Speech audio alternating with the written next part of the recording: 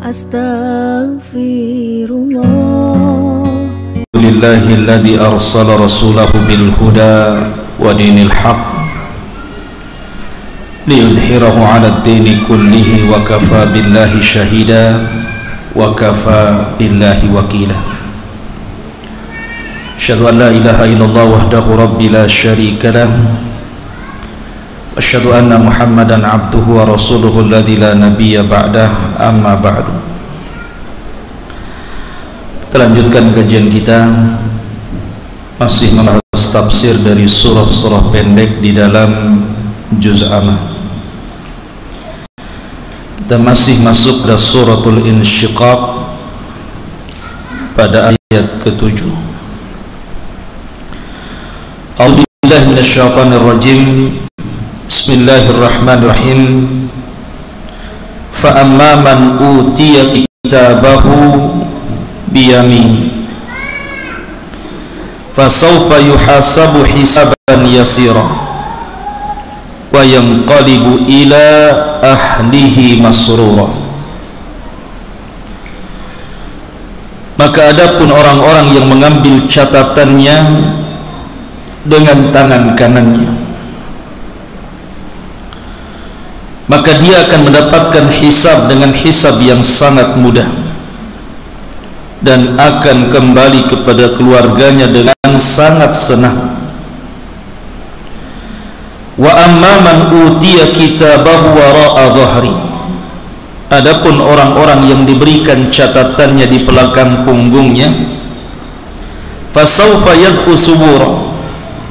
Maka dia akan teriak-teriak dan mengatakan, celaka aku. Wa yasla sa'ira. Dan dia akan masuk ke dalam neraka yang menyala-nyala. Innahu kana fi ahlihi masrura. Padahal ketika di dunia orang ini sangat bahagia dengan keluarganya. Innahu dhanna an la yahud. Dia sangka dia tidak akan berjumpa dengan Rabbnya. Bala inna rabbahu kana bihi basira. Salah dia, sesungguhnya Rabbnya setiap hari memperhatikannya. Ma'asyiral muslimin yang dimuliakan Allah subhanahu wa ta'ala, ayat 7 sampai ayat 15 ini menjelaskan kepada kita salah satu peristiwa dari peristiwa-peristiwa hari kiamat. Ketika manusia dikumpulkan di padang mahsyar, maka ada beberapa peristiwa yang terjadi. Pertama, hari kebangkitan. Semua manusia dibangkitkan.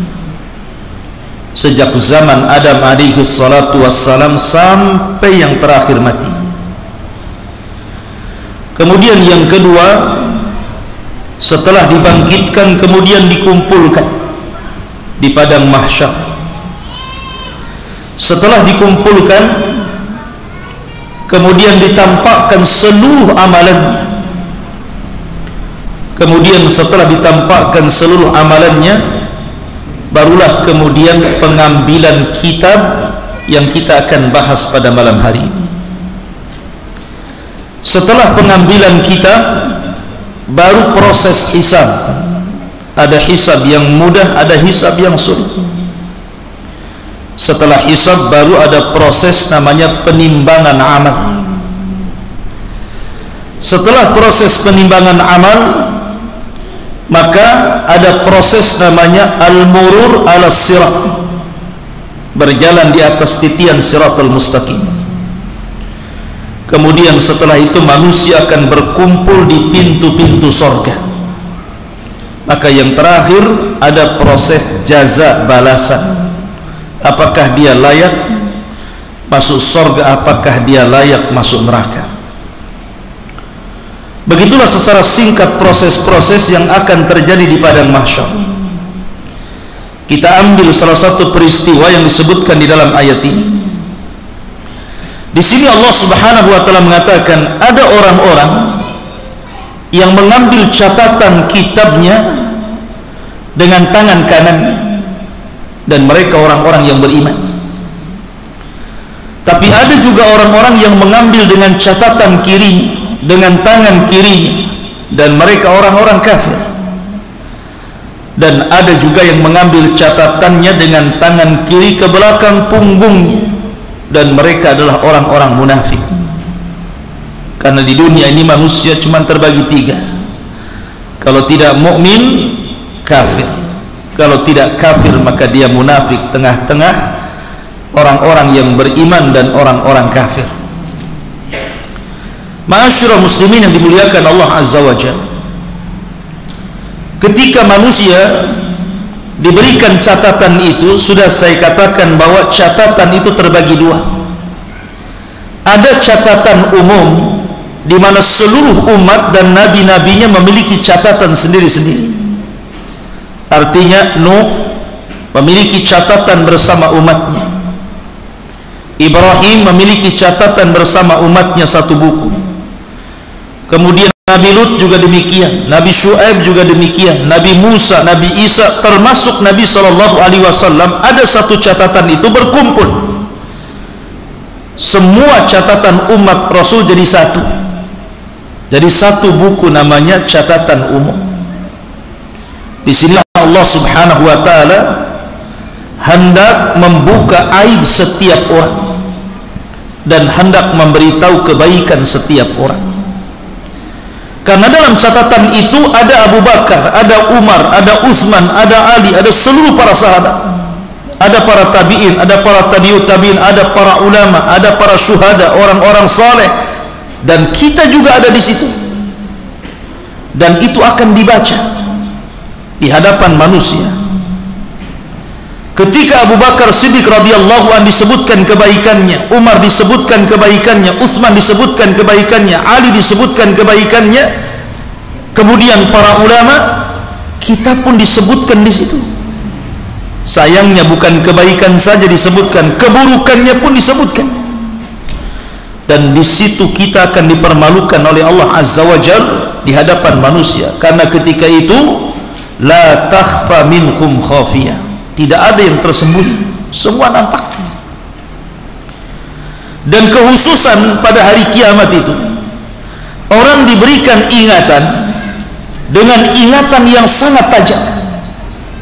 Di dunia mungkin Anda melakukan kesalahan 10 tahun yang silam, 15 tahun yang silam, atau mungkin 5 tahun yang silam, kita sudah lupa. Sudah lupa kita ini berbuat apa.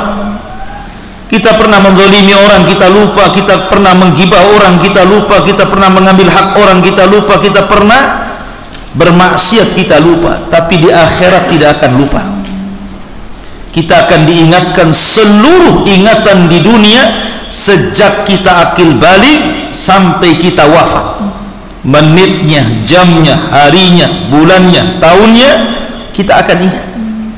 Sehingga tidak mungkin mengelak, karena itu harus disesuaikan dengan catatannya. Apalagi kemudian pada hari itu manusia tidak bisa mencari penolong lain di dunia. Orang ada kasus cari pengacara, tapi di akhirat pengacaranya saja butuh pengacara, lawyernya saja butuh lawyer di akhirat itu. Dan tidak ada lawyer di akhirat. Masalahnya saksinya terlalu banyak, dan tidak ada saksi seperti saksi dunia bisa dibayar. Karena saksi di akhirat itu semua makhluk Allah bersaksi. Bumi bersaksi akan kemaksiatan kita di atas bumi, sehingga Allah mengatakan yauma idzin tuhadditsu akhbaraha. Pada hari itu bumi akan menghabarkan seluruh kabar orang-orang yang pernah menginjaknya. Langit akan bersaksi, para malaikat Raqib dan Atid, dan para malaikat penyaksi kita akan bersaksi. Bahkan bukan hanya itu, anggota badan kita pun akan bersaksi. Yauma nakhtimu ala afwahihim wa tukallimuna aydihim wa tashhadu arjuluhum. Mulut dikunci, tangan bicara. Bukan hanya tangan kulit ini bersaksi di hadapan Allah terhadap jasadnya. sehingga kulit ketika bersaksi jasad ini protes kepada kulit dan mengatakan, lima syahidtum alaina, kenapa kamu ikut-ikut bersaksi kepada jasadmu sendiri? Maka kulit mengatakan, antaqanallah, karena Allah yang buat aku bicara. Jadi pada hari itu la takhfa minhum khafiyah, tidak ada yang tersembunyi bagi dia dan bagi Allah Subhanahu wa taala. Dan kita harus mempertanggungjawabkan di situ. Tetapi orang-orang yang beriman, al jaza'u min jinsil amal, balasan itu disesuaikan dengan amalannya. Ketika dia mengambil catatannya, catatan yang kedua, maksudnya catatan khusus, setiap manusia punya catatan itu. Ketika dia membaca catatannya, kalau dia melewati kebaikan, maka akan bercahaya wajahnya. Tapi kalau seandainya kemudian dia membaca keburukan, maka akan berubah cahaya itu menjadi hitam, tetapi Allah tutupi dari orang-orang. Karena tidak mungkin dalam satu catatan itu semua baik, walaupun dia seorang yang beriman. Siapa yang tidak lepas dari kesalahan? Bukankah setiap anak Adam itu pasti berbuat salah? Tetapi sebaik-baik orang yang berbuat salah adalah bertobat, kata Rasulullah. Artinya tidak ada satupun catatan, walaupun dia mukmin pasti ada kejelekan, tetapi kan banyak kebaikannya. Kalau dia membaca kebaikan, wajahnya bercahaya. Dia baca kebaikan, bercahaya lagi, semakin terang, sehingga wajahnya kal qamari lailata badr, seperti bulan purnama. Tapi ketika dia lewat kepada catatannya, maka wajahnya berubah menjadi hitam, tapi Allah tutupi dari manusia, tidak tampak, karena dia orang beriman. Tapi orang-orang kafir, sudah catatannya berwarna hitam, kemudian dia membaca menjadi mukanya hitam, maka manusia sudah memandang, maka dia orang jahat. Dari sinilah Allah Subhanahu wa ta'ala menggambarkan begitu bahagianya orang-orang yang beriman, sehingga ketika mengambil catatan dengan tangan kanannya, dia mengatakan, ha umuqra'u kitabiyah, baca catatan saya, dengan bangganya, karena dia sudah tahu jalan dia ke surga. Tapi orang-orang kafir, dia enggan memegang catatannya, dia ingin melemparnya tapi tidak bisa, karena sudah tahu jalannya ke neraka. Ma'asyiral muslimin yang dimuliakan Allah Subhanahu wa ta'ala, para ulama mengatakan bahwa ketika orang membaca catatan itu, disitulah perubahan fisik terjadi. Jadi kalau seandainya yang membaca orang yang beriman, pertama wajahnya akan bersinar, kemudian badannya akan membesar, sehingga tingginya 60 hasta dan lebarnya 7 hasta, persis seperti perawakan Adam alaihi salatu wassalam. Adam itu tingginya berapa meter? 30 meter, karena satu hasta itu setengah meter. Nih satu hasta, dari sini ke sini ini satu hasta. Satu hasta itu setengah meter, 2 hasta berarti 1 meter. Kalau 60 hasta berarti 30 meter. Kalau 7 hasta berarti 3 meter. 3 meter lebih. Berarti badannya kita ini akan 60 hasta, kemudian lebarnya 7 hasta, dan akan berhenti sampai di sini, tidak mungkin membesar lagi. Itulah fisik orang-orang yang beriman ketika membaca catatan. Dan dengan jasad sebesar itulah dia akan murur ala sirat, berjalan di atas siratal mustaqim menuju surga. Allah mengatakan, wa in kuntum illa wariduha, kalian akan melewati dan tidak mungkin tidak pada titian sirat itu. Tapi orang kafir beda lagi. Ketika dia membaca catatannya, mukanya menghitam, badannya membesar. Semakin banyak dosanya, semakin besar badannya, semakin banyak dosanya, semakin hitam mukanya, sehingga badannya entah seberapa besarnya. Karena digambarkan penduduk neraka itu giginya saja seperti gunung Uhud besarnya itu. Giginya penduduk neraka seperti gunung Uhud. Gimana mulutnya, gimana wajahnya, gimana badannya. Maka penduduk neraka itu akan besar wajahnya, besar badannya, dan besar perawakannya. Tapi subhanallah, sebesar itu jahanam tidak bisa penuh. Walaupun manusia menjadi besar, semakin besar karena banyak dosanya, tapi ketika mereka dimasukkan ke dalam Jahannam tidak pernah penuh. Sehingga ketika Allah Subhanahu wa taala menggambarkan tentang Jahannam, halim talati, sudahkah kau penuh wahai Jahannam? Apa kata Jahannam? Hal mim mazid, adakah tambahan ya Rabb? Masukkan saja. Ya. Menunjukkan bahwa Jahannam itu neraka yang sangat besar. Ya. Ma'asyiral muslimin yang dimuliakan Allah Azza wa Jalla. Di sini Allah mengatakan, fa amma man utiya kitabahu biyamini, barang siapa yang mengambil catatannya dengan tangan kanannya, fasaufa yuhasabu hisaban yasira, maka dia akan mendapatkan hisab yang mudah.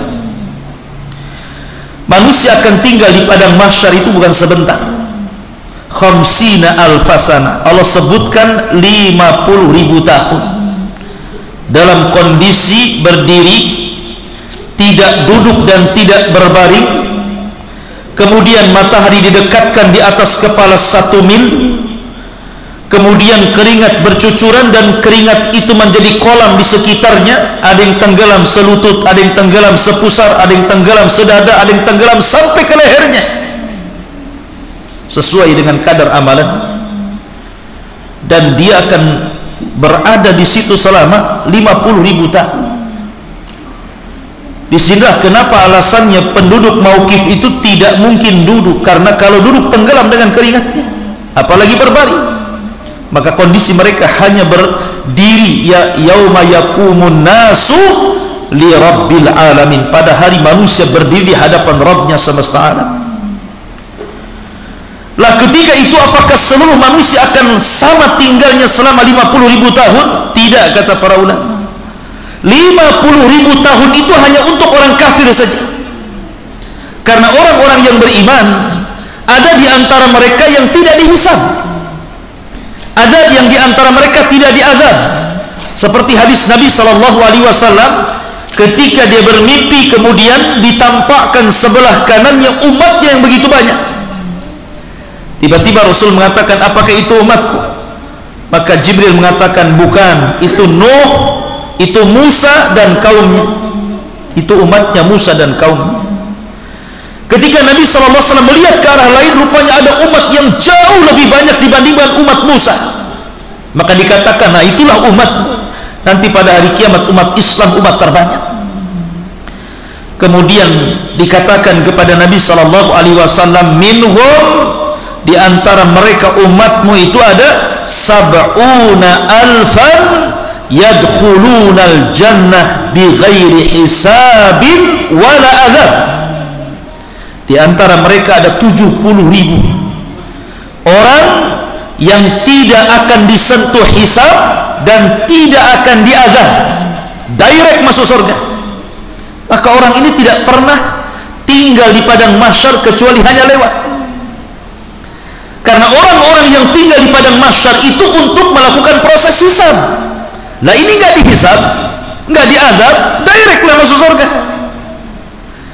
Tapi ada orang-orang yang dihisab, ada yang hisabnya mudah sehingga prosesnya cepat, ada yang hisabnya sulit sehingga prosesnya lambat. Yang hisabnya mudah, dia tidak akan tinggal lama di padang mahsyar.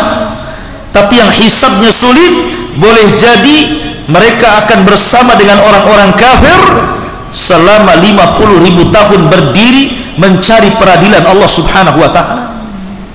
Jadi ada orang-orang yang hisabnya mudah, sampai ketika orang-orang yang direct masuk surga tanpa hisab dan azab, dan orang-orang yang mudah hisabnya, maka tinggallah orang-orang yang sulit hisabnya. Mereka lah orang-orang kafir munafik dan orang-orang yang beriman yang fasik, yang fajir, yang dosanya lebih banyak dibandingkan amal solehnya. Maka mereka menunggu peradilan Allah Azza wa Jalla. Disinilah tegak tentang syafaat. Setelah mereka berdiri lama, akhirnya kemudian orang-orang itu meminta kepada Adam untuk minta syafaat kepada Allah. Adam pun tolak. Akhirnya diarahkan kepada Nuh, Nuh pun menolaknya. Nuh mengarahkan kepada Musa, Ibrahim menolaknya. Ibrahim mengarahkan kepada Musa, Musa menolaknya. Musa mengarahkan kepada Isa, Isa menolaknya. sampai akhirnya Isa mengarahkan kepada Rasul sallallahu alaihi wasallam sayyidul awwalin wal akhirin. Barulah Nabi sallallahu alaihi wasallam mengatakan ana laha, kan ku coba. Maka Nabi sallallahu alaihi wasallam kemudian menghadap Allah di bawah arasy-Nya, sujud lama sekali. Ketika itu Allah subhanahu wa ta'ala berfirman kepada Rasulullah, irfa' ra'saka ya Muhammad, sal tu'ta, kul tusma, isfa' tushafa. Angkat kepalamu, katakan kau didengar, minta kau diberi, mintalah syafaat, ku berikan kau syafaat. Dari situlah terjadi proses syafaat. 7 syafaat diberikan kepada orang-orang yang beriman. Salah satunya adalah kepada orang yang masih mengucapkan 2 kalimat syahadat, asyhadu an la ilaha illallah wa asyhadu anna muhammadar rasulullah. Ma'asyiral muslimin yang dimuliakan Allah subhanahu wa ta'ala, wa yanqalibu ila ahlihi masrura, dan pada hari kiamat orang-orang yang beriman akan kembali kepada keluarganya dengan sangat senang dan bahagia. Allah berfirman, walladzina amanu wattaba'athum dzurriyyatuhum biimanin alhaqna bihim dzurriyyatuhum. Orang-orang yang beriman kemudian diikuti keimanannya dengan keluarganya, maka pada hari kiamat orang-orang ini akan dikumpulkan dalam kondisi bahagia. Wa yanqalibu ila ahlihi masrura. Makanya ketika kita bercerita tentang alam kubur, ketika datang orang yang tampan kepada orang yang beriman, kemudian menemani selama di kuburan, menghibur, bercanda, sehingga tidak sadar tahu-tahu kiamat sudah hampir dibangkitkan. Kemudian orang yang baik mengatakan kepada orang yang beriman di kuburan ini, sebentar lagi kiamat akan tegak. Maka kemudian orang yang di kuburan yang beriman ini berdoa kepada Allah, Allahumma aqimis sa'ah ya Rabb, cepat tegakkan kiamat, cepat tegakkan kiamat, supaya aku bisa kembali kepada harta dan keluargaku. Kemudian dia mengatakan, siapa anda ini? Anda baik sekali menemani saya selama di kuburan.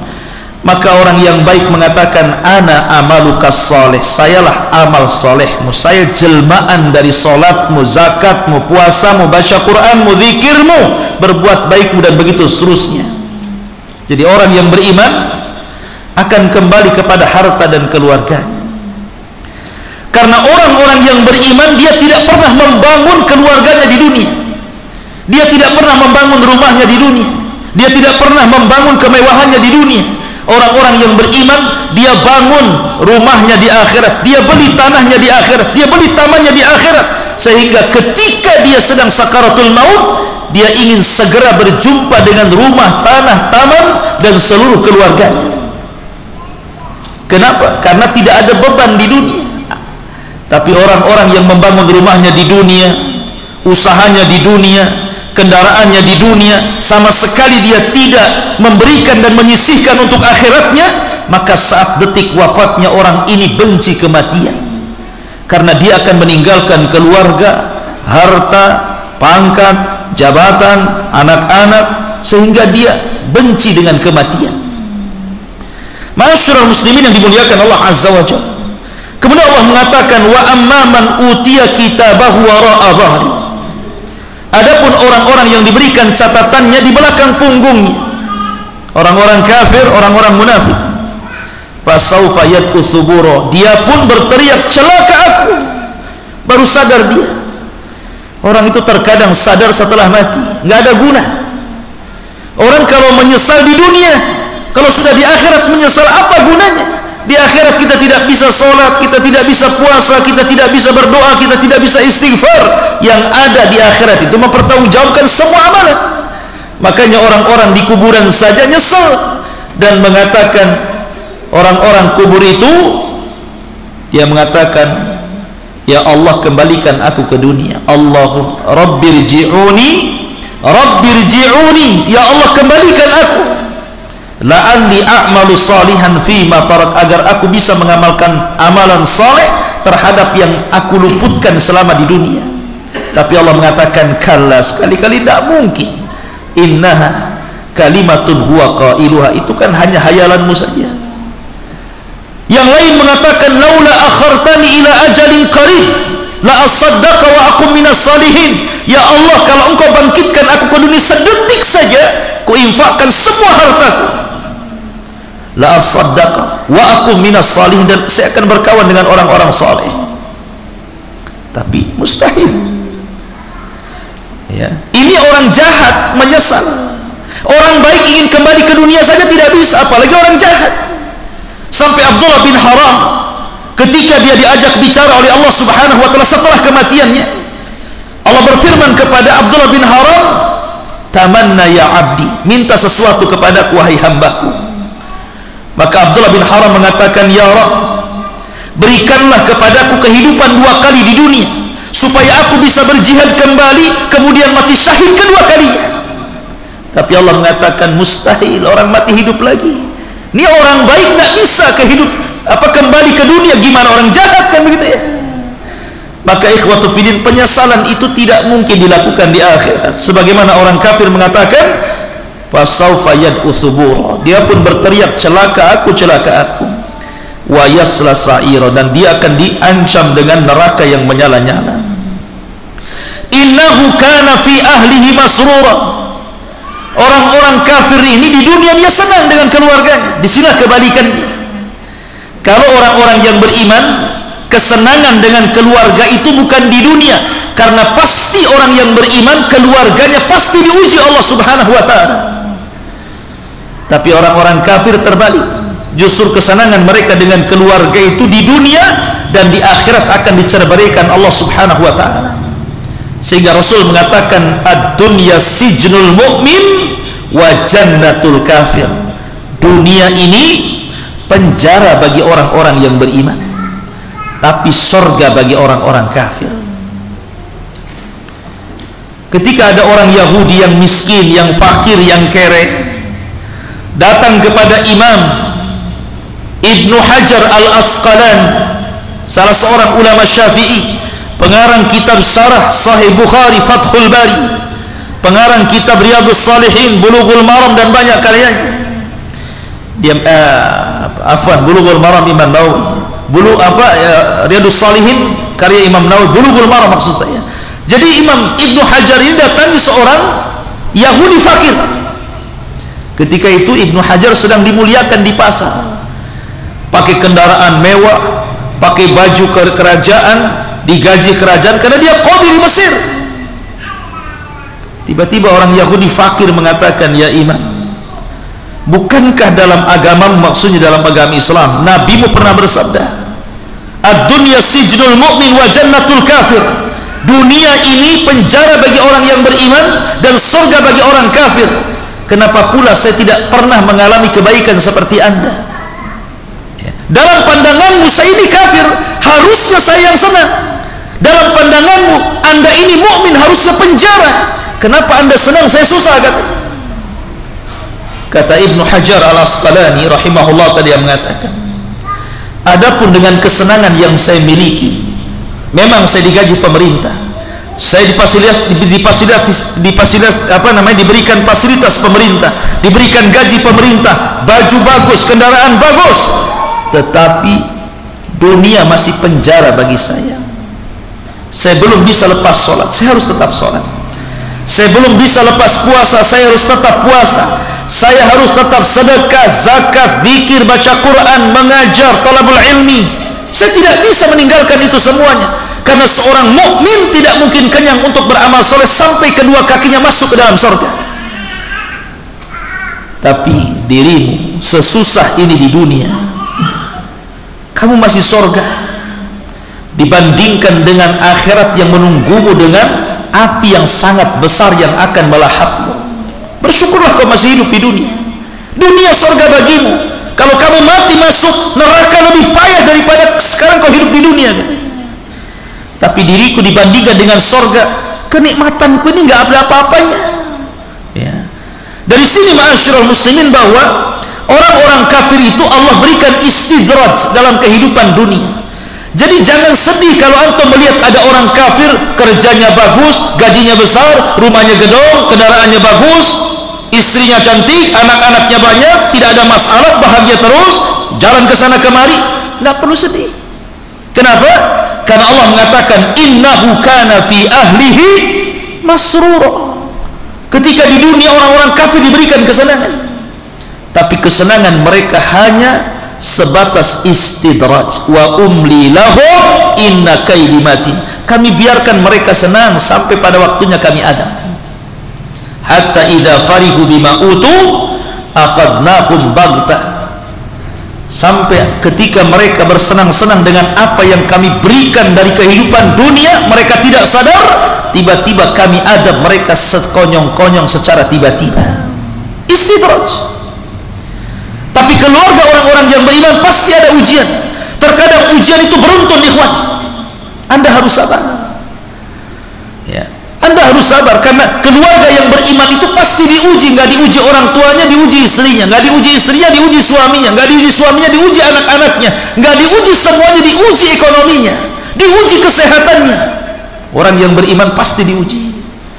Sehingga ketika orang yang beriman ini berjalan di permukaan bumi, kemudian ujian terus beruntun kepadanya sampai dia keluar dari bumi sudah tidak ada kesalahan lagi. Karena ada dosa itu yang tidak bisa diampuni dengan istighfar, hanya bisa diampuni dengan kesabaran, dengan ujian. Sebagaimana ada surga itu tingkatan-tingkatan tertentu tidak bisa kita capai dengan sholat, zakat, puasa, haji, hanya bisa dicapai dengan kesabaran. Dan sabar itu tidak mungkin terjadi kecuali ada ujian. Dan Allah katakan innama yuwaffas sabiruna ajrahum bighairi hisab. Allah katakan sesungguhnya kami cukupkan pahala orang yang sabar tanpa batas. Sabar itu pahalanya luas. Beda dengan sholat ada nominalnya, beda dengan zakat ada nominalnya, beda dengan baca Quran ada nominalnya. Tapi sabar tidak ada nominalnya. Saking banyaknya pahala orang yang bersabar itu. Innahu dhanna an la yahur.